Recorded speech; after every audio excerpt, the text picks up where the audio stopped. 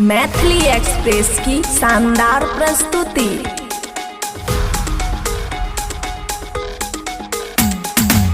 Music by DJ Vikas Sitamarhi. Khushi recording studio Baluaha.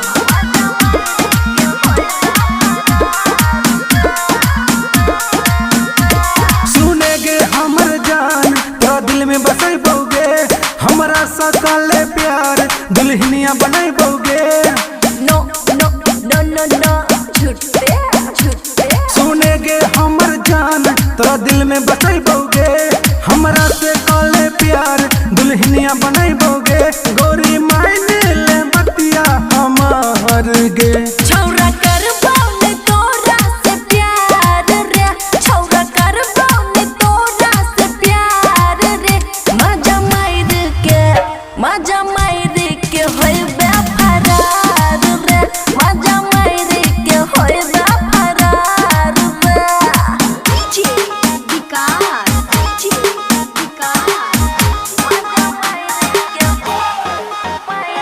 Mix by अमन अक्के।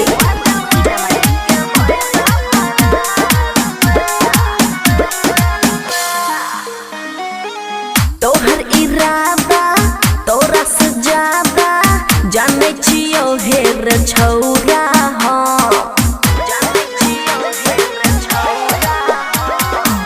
मिलके अकेला कद भी खेला, चल जइबे तू दो के गम।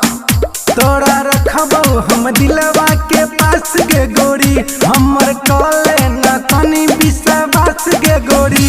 हमारा जैसन नहीं मिलतो यार गे, हे गे यार गे। छौरा कर बाउने तोरा से प्यार रे, छौरा कर बाउने तोरा से प्यार रे। मजा मार के होय बे फरार रे, मजा मार के होय बे फरार रे। बुझला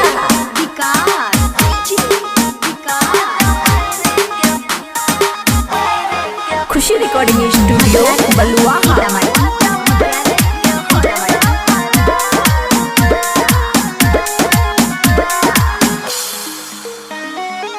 कुछो नहीं कह रे, दूर तू रह रे, करबो हम नहीं मोहब्बत रे।